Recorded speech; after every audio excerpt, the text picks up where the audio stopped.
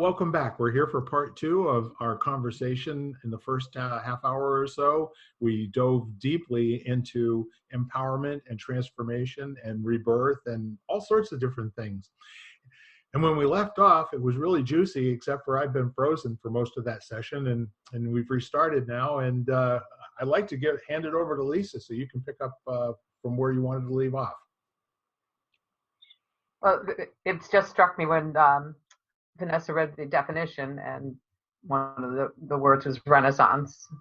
And when we're talking about rebirth, how it completely applies to the world as we live in it right now too.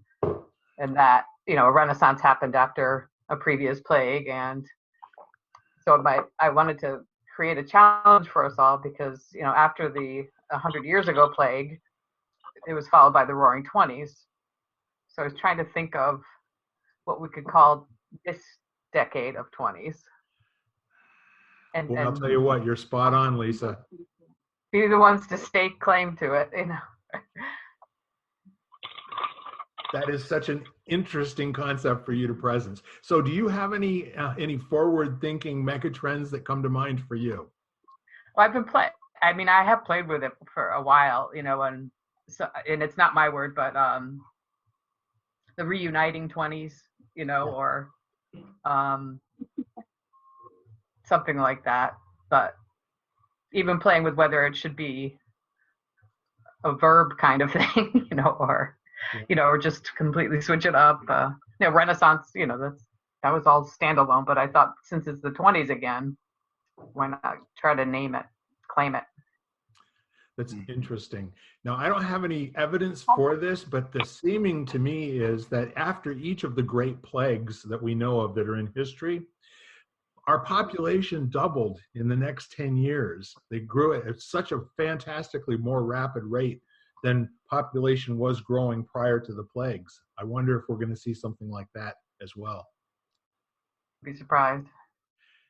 Yeah, I think we went from something like 50 million people, 30 to 50 million people in 1900 in the United States to over the next 50 years, 200 million or 150 million by 1960, 1970. And we're just under 400 million now. And, it's very interesting that the plagues seem to have something to do with that.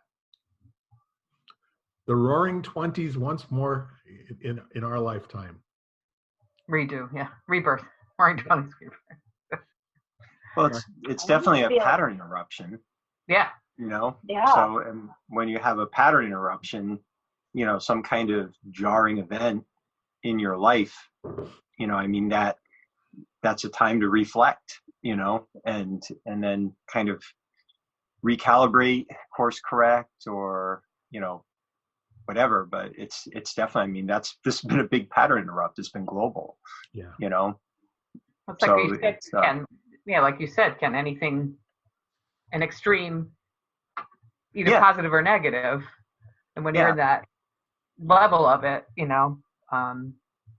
and it could, to a lot of people, this had both aspects in it, but it was definitely an interrupter, so a movement for transformation. Yeah, and it's just, isn't it interesting how, it's always happened. It's just tends to be a more subtle thing. So it's harder for us to be mindful about it and intentioned about transformation, and what we want it to look like. So, when everything's going well, whether it's in, it's funny, Jim Collins, my favorite business author, talks all the time about the 20-mile march. And his idea behind that is taking disciplined action consistently in both good times and bad. And, and he finds that a lot of companies, he wrote about it in a book called How the Mighty Fall, they go through a cycle of decline because they're successful. So they stop paying attention because they're successful. So we're healthy and we stop paying attention and we don't take care of ourselves the way we should because we feel good. Yes. Until we don't. Now the pattern interrupt comes, the heart attack or whatever it's going to be. And that's what shifts you into changing behavior.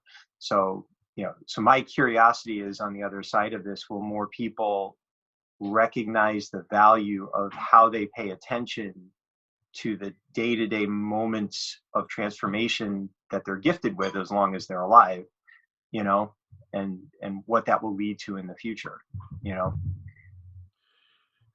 There's another thought here too. You know, Lisa, you talk about the recurring pandemics that we've had over the last 1,000 years.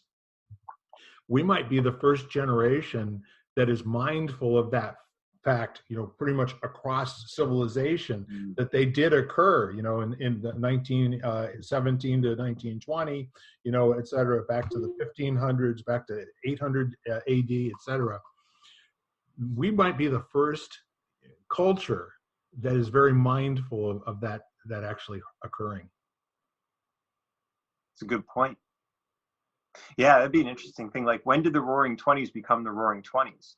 Sure. How many decades after that happened did someone look back? You know, because when they were in it, they didn't have the level of connectivity that we have now, right? To really recognize on a macro scale what was occurring. We're connected than any humans have ever been in the history of humanity. It's a pretty interesting place to be. When we talk about 6 degrees of separation, not any longer. It really is much closer than that. Yeah. When you look in terms of, I don't know about y'all, but I have just under 3,000 LinkedIn friends or connections, just under 5,000 on Facebook. Those are the only 2 that I know my numbers for.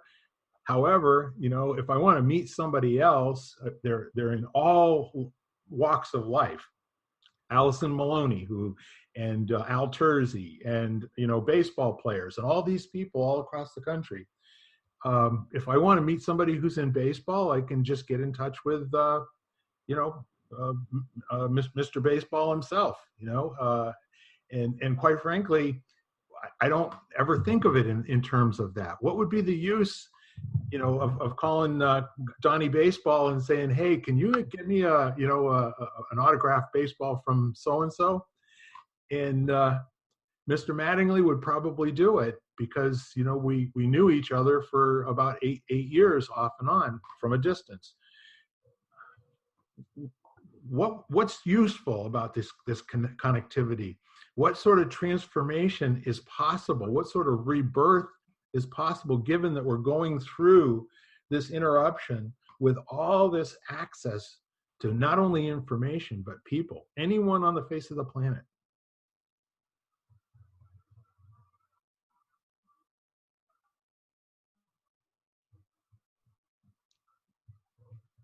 I'll go if nobody else has a thought.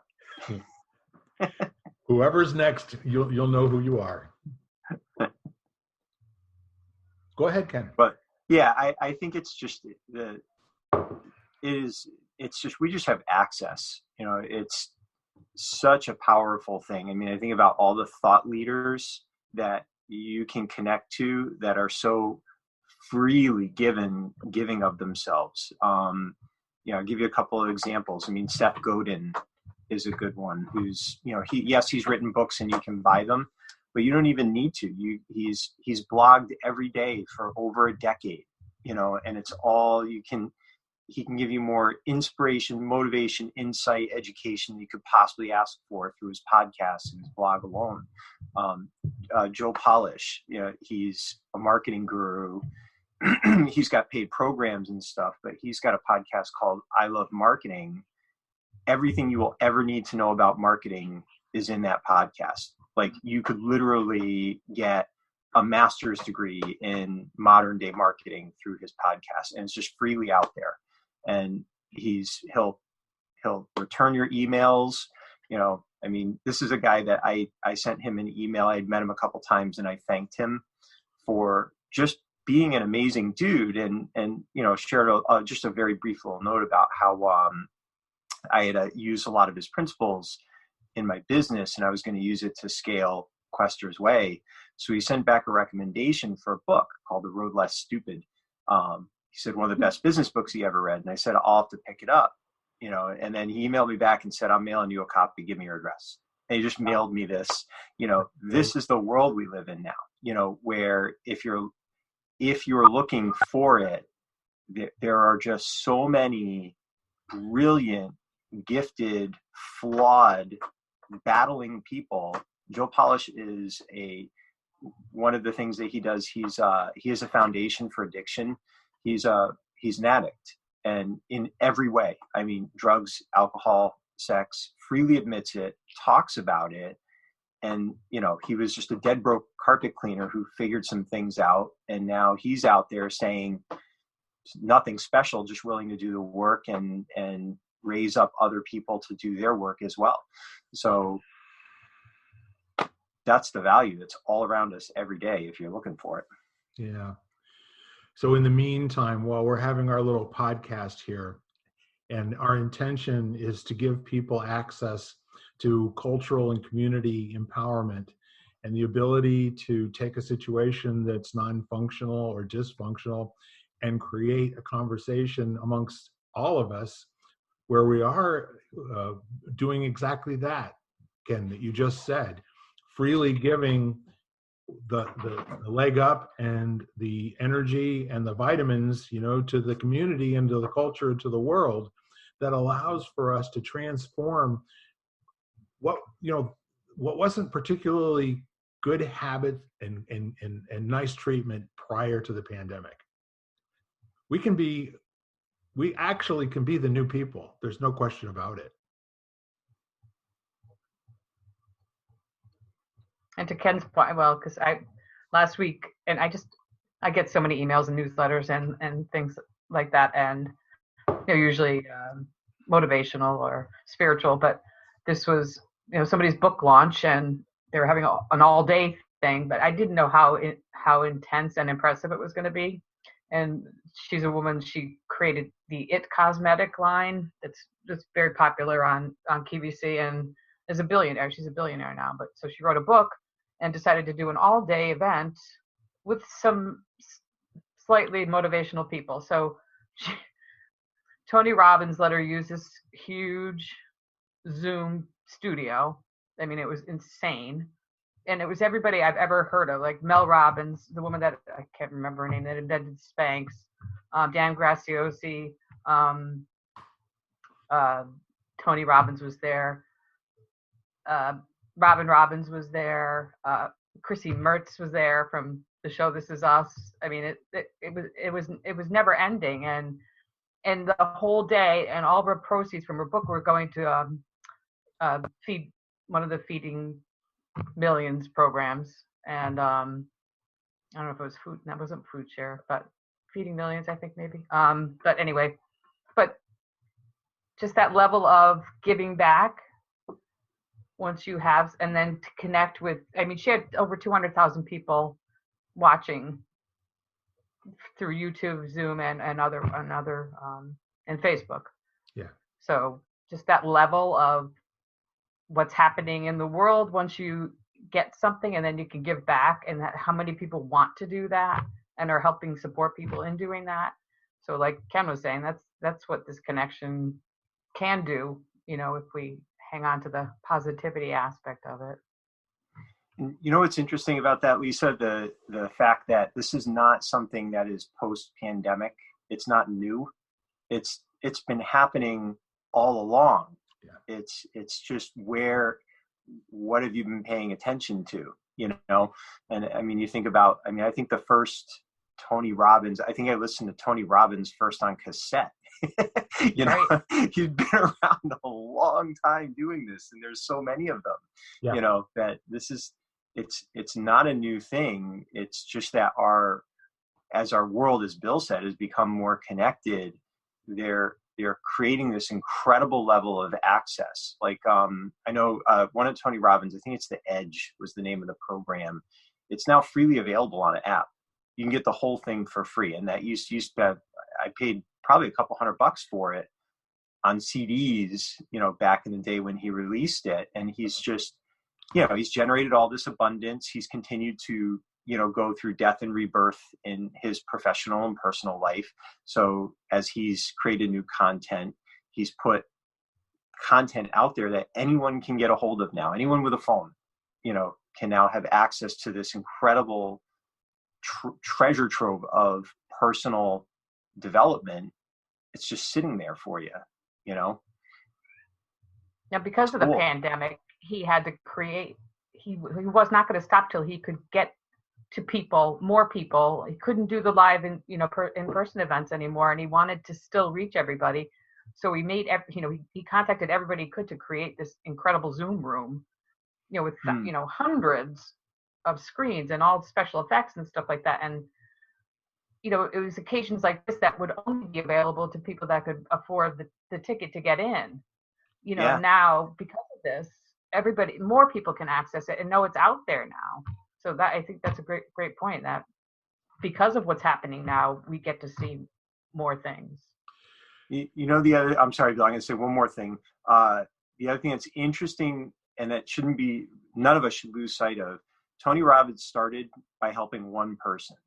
And he talks about it in his early work. He's like, how can I help 100 people? And then he just did it. How could I help 1,000? How could I help 10,000? Yep. He just started and never stopped. And, and I think that's important.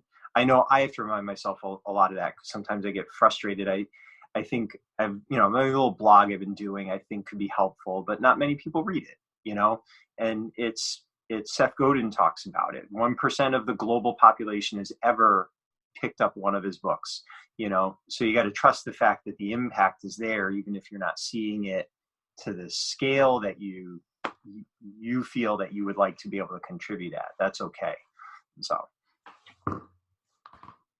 So I also think that what is interesting is the government creates all of these ways forward. For instance, NASA, almost all of the technological advancement that we've seen in the last 50 years had its birth, in the space programs.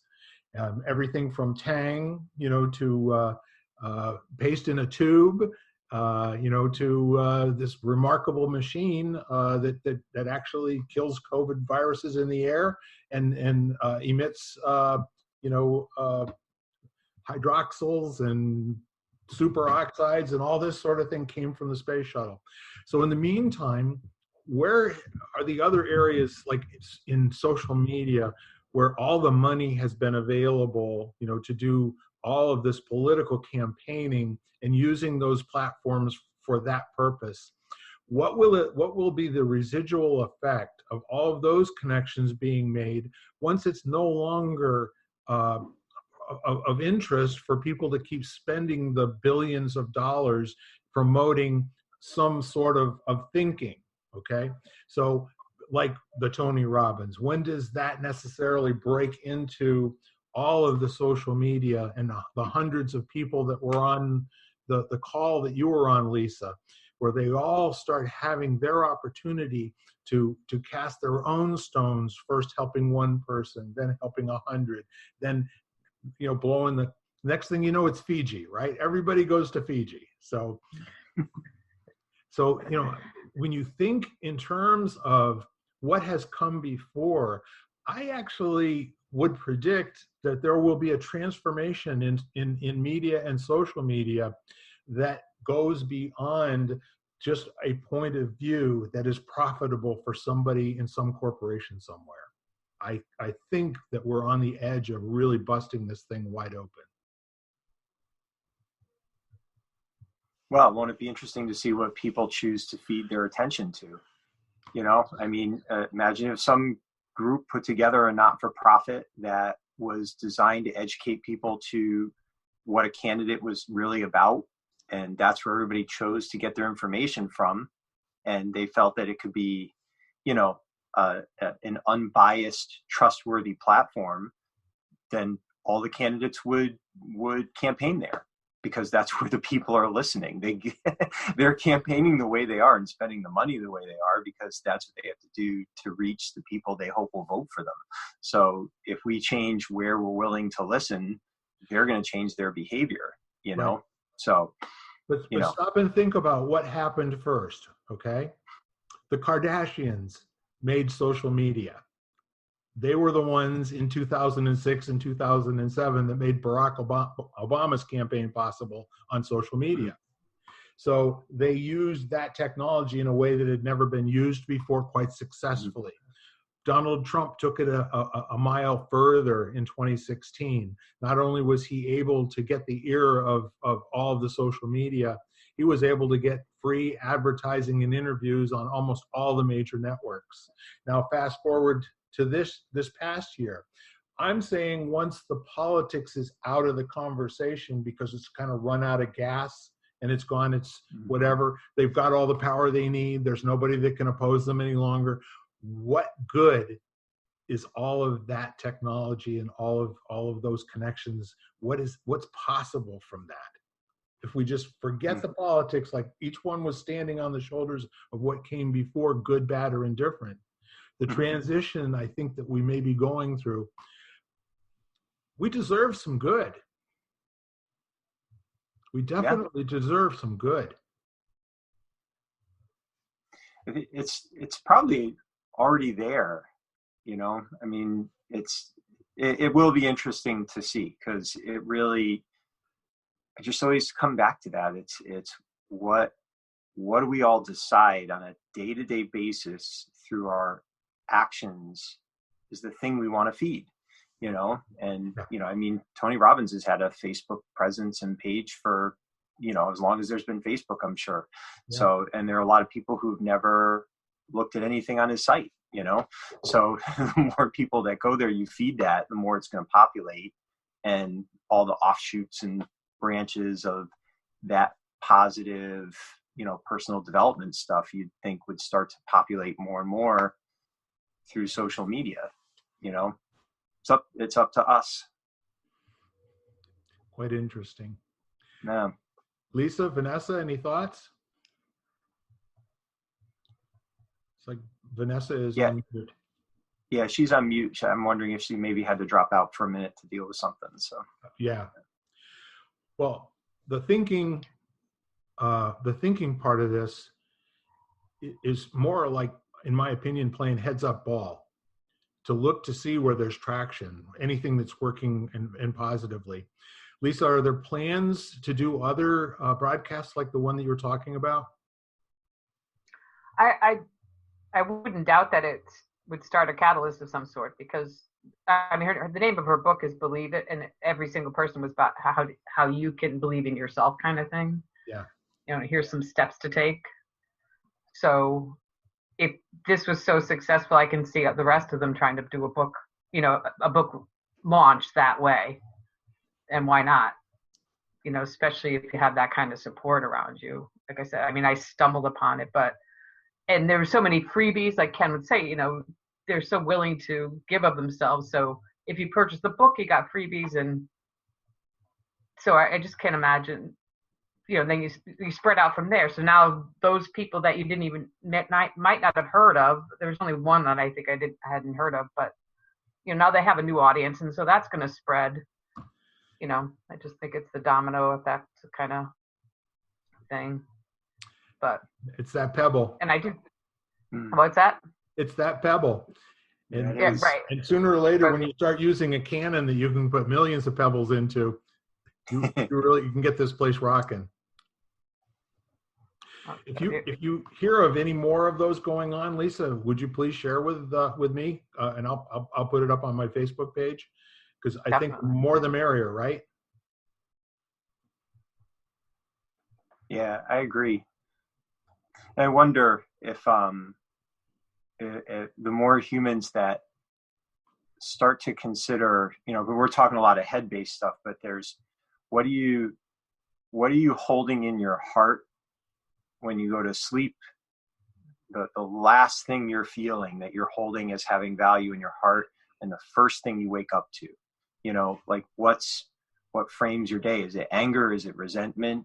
Is it love? Is it passion? You know, like what are those values? What does it feel like to be, you know, a contributing human in this point in time? And it's always been interesting to me, you know, how what you hold changes what you see. You know, it changes your whole perceptions, you know, of the world around you. So all of a sudden, these things that, you know, Lisa's talking about, we're just finding them, you know, because we're paying attention in a different way. And that just shifts what we're looking for in the world around us, it's all there. It's like that thing, the Western perception is the universe is knowable, but the Eastern is the universe is unknowable and it's observable.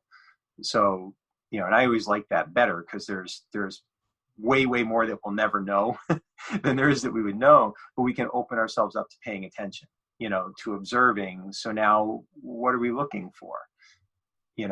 Are we looking for the light in people, the good in people, the value in the technology, the potential value in the change, or the violence, or, all of it could birth something better if we look for those things. And of course, there's also the other sides of the coin. There has to be, it's the yin and yang dynamic, but where do we look? And I find that when I'm holding certain things in my heart intentionally, that brings, there's just an interesting impact to that. Well, it's the law of attraction, Ken. The main thing that binds us all is this funny ability to give our attention to something. And when we do, the manifestation of whatever we're attending to is almost a given. Like for instance, it shows up, the old story of you buy a Honda and then it seems like every car on the road is a Honda. Well, it's the same thing when you're looking for really, really great people and you're looking for folks that are up to something good. It just is amazing how many more people show up if you're out, and you're in circulation. If you're at home and you're not circulating very much, you're going to see the same great people that you always see. And at the same time, each time we go out and have a conversation with somebody else who really is great and really and truly is up to something, holy mackerel, they make an imprint. I mean, it's there. It's now this whole new avenue of folks I didn't know that I really wanted to get to know better, And that's kind of like what networking is for me. It's more or less having Easter every day. There's going to be somebody else out there today that's going to have a very powerful positive impact on my life. And that's my intention. My life and the lives of those who I love and those who, who I haven't met yet, but are already my friends. Stranger, I do not yet know. I was thinking this because I had like the opposite thing happen. I was getting afraid that I was losing my desire to be socially in person with people. Yes. And all of a sudden the universe said, "Oh, no, you don't." So I went to a live thing last night, now I planned a dinner and a lunch next week, that kind of thing. And it was like, oh, thank you. And I met some amazing people because I wanted to attend a Zoom event, and something happened. So we ended up having like an hour-long conversation, and we're like, it's another awesome, like you said, networking opportunity that I would have not have known her. So because of my desire not to be socially isolated, the universe prevented me with opportunities to get myself back out there again. So I thought that was interesting. If you stop and think about it, 70 to 80% of social media in the last year has been based on fear, greed, and envy, okay? It has had absolutely nothing to do with empowerment. It has nothing to do with community development and growth. It has had nothing to do with ending poverty or hunger or any of those sort of things, because those are constructive. And the situation in terms of how the communication mechanism in media has been used leaves people in that space of being fearful, greedy or envious. And all you have to do is look at, what's been going on in the financial markets. How much is Bitcoin worth today? Can you ever imagine in your lifetime to have something that has no intrinsic value being traded at $50,000 a unit? That's Bitcoin today, okay? So that tells me that people are hungering for something. They're hungering to be part of something that's big and is growing. So, Lisa, ask your friends to keep giving us all they've got. Ken, same to you. And Vanessa, anyone have any final thoughts? We're at the top of our half hour. Thought that was good. Yeah. Awesome. Everyone be really well, and I'm looking forward to our next chat next Thursday. Bye for now, y'all. Sounds good. Bye-bye, all. Y'all. You've been listening to Lighting the Candle, A World That Works, part of the Exvadio Podcast Network. You can hear us at exvadio.com/podcasts, Apple Podcasts app, Google Play, Spotify, iHeartRadio, Stitcher, and wherever you find podcasts.